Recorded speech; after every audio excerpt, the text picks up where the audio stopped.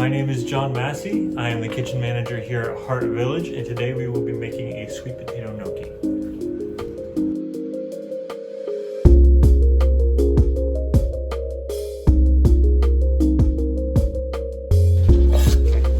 So like I said, we still don't really want to bake these, plus that takes a lot longer.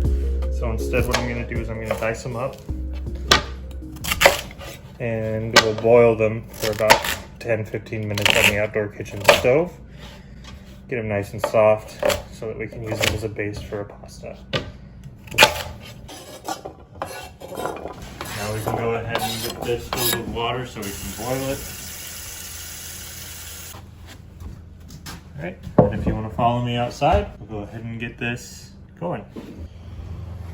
Alright, so first thing to do, you got to start a fire.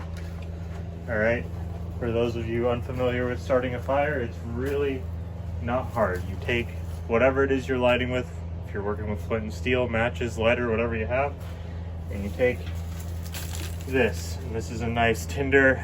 We have lots of pines and lots of oaks around here, so we use that as tinder.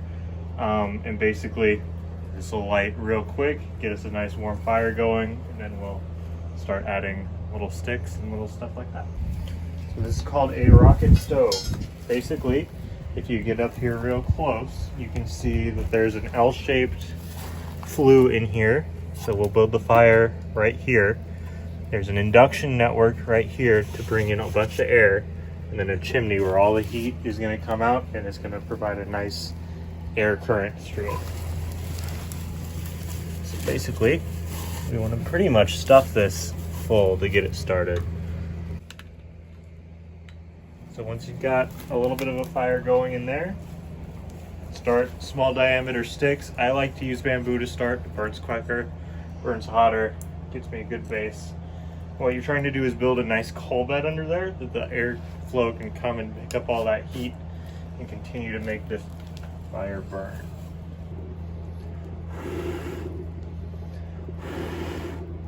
You can see once you get a fire started in this thing, it does burn very clean and very smokeless. As you can see, it's just a flame. There's no smoke. It's a lot like your gas stove, just about as efficient, except it burns wood. So now that we've got this actually started, we can start trying to boil some potatoes.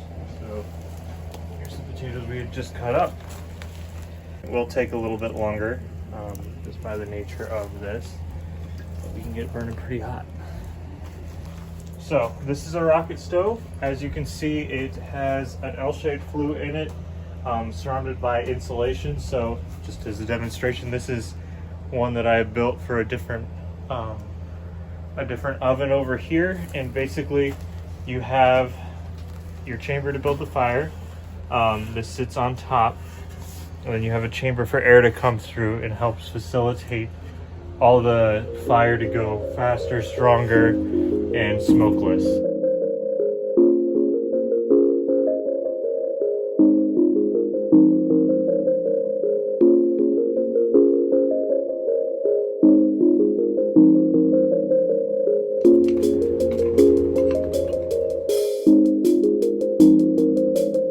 As soon as you can pierce these with a fork very easily, they are done. You can go ahead and remove them, drain them, and put some in the food processor. Drain it. It's hot, so be careful.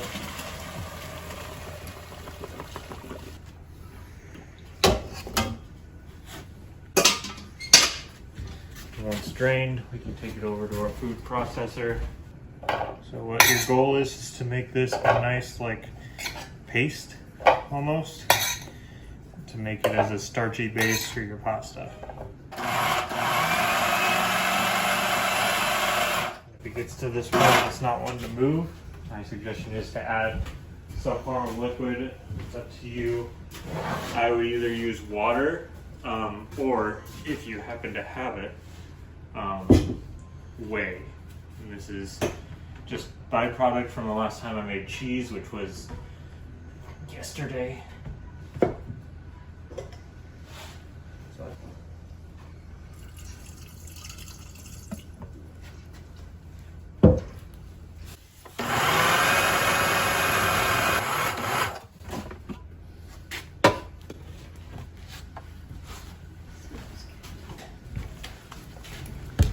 once you have your sweet potato done, it becomes a very simple matter of making some dough. And for a general gnocchi, you're gonna have flour, ricotta cheese, Parmesan cheese, salt, and depending on the recipe, eggs. I'm gonna put one in here as a binder just because sweet potato has a little less starch than regular potato. To your sweet potato, you're gonna add about 3 3¾ cup of flour, assuming you're using 3 pounds of sweet potato.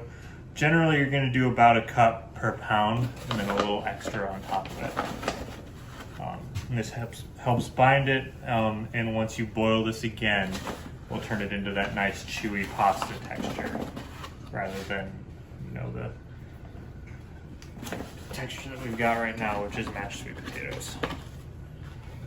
So do that. You want about 4½ teaspoons of salt. Again, this is about a teaspoon for every pound of sweet potato you use, plus a little extra. And this is just to taste, so change it depending on what salt you're using. I'm using a really high salinity iodized salt, which means I'm actually going to add a little less than the 4 teaspoons. I'm going to use about 3½. Otherwise, it'll end up really salty. And then normally you'd use ricotta cheese. I don't have ricotta cheese, but I do have some queso blanco, which is a similar texture and taste, a very mild crumbled cheese. So we're gonna use about 3 cups of this. I have a pound here of the cheese, so I'm gonna just add about ½ pound. It's not quite 3 cups, but it'll work out just fine with the way we're gonna do this. Something important for gnocchi is Parmesan cheese. Normally I would recommend using a block of Parmesan cheese. We don't have that, nor do we really have the money to do a block of Parmesan cheese, and I don't have a year to make it. So shaking is fine. Really, this is just gonna add to the taste, change the texture up just a little bit.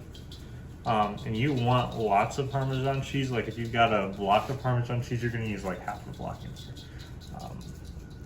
You know, probably a cup of parm. Again, I'm changing that up a little bit just for the ingredients we have.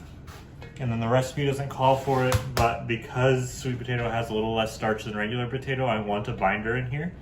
So this is one of our eggs from the farm. I'm just gonna crack that in there. And then we just get to mix it up with a big whisk.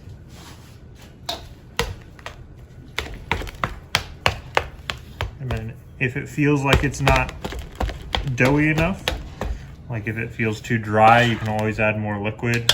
Again, I'd recommend milk, water, or in my case, I'm using whey.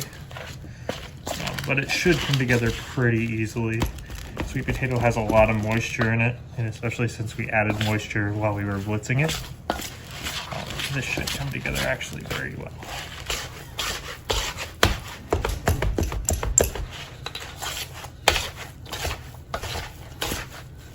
So as you can see, this is still pretty loose, pretty wet, so really what we need to do is add more flour. And we're actually going to do that right now, but we're also going to have to knead it.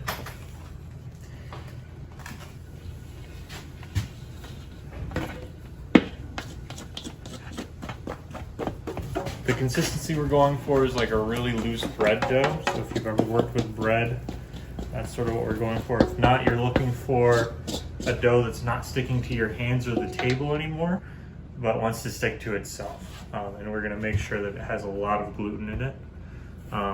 Pasta is basically all gluten. I'll just fold it in on each other and on itself, adding flour until it stops being so sticky.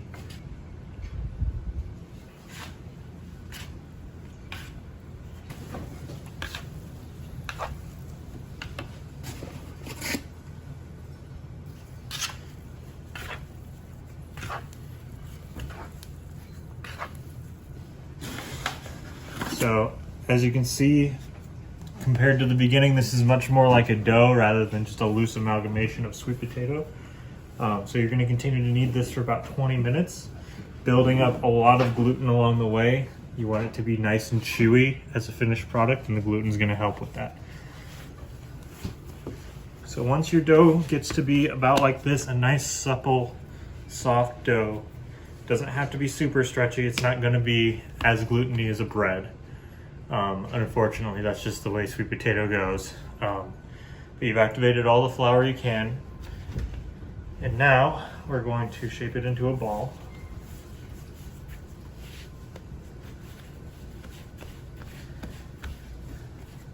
And cut it. Because now we're going to go ahead and make our gnocchi from the dough. You're going to want to dust everything with flour again. As much as we've added flour, it's still going to be a nice sticky dough. So we'll divide. At home with just 1 pound, you'll probably want to divide this at least in half. I'm going to divide this into at least quarters. Otherwise, we're not going to have enough room to do anything. So from this quarter, we're going to roll it out like a jelly roll. If you think about, you know, when you were a little kid playing with Play-Doh, you're going to make a snake. All right. And if it gets too long for your work surface, feel free to cut it in half, cut it into quarters, doesn't really matter. And we're going for an inch in diameter. So I'm actually going to cut this in half again.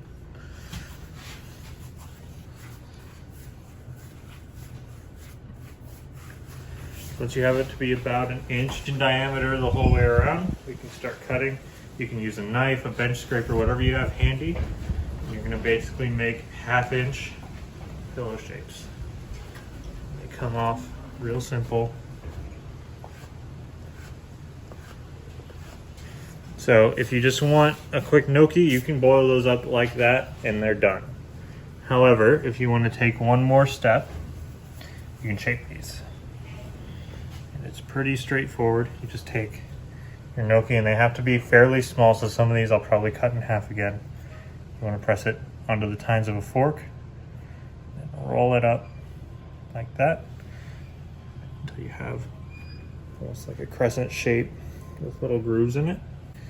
I wouldn't suggest doing this for the serving size I have, but if you're just doing it at home and you're rolling out 30 or 40, it's only an extra 15 minutes of work for impressing people. So you see that last one was probably a little big, so it's got little ends on it, but that's okay.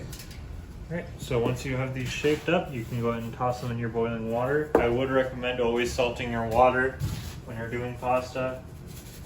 It helps season the pasta inside and out.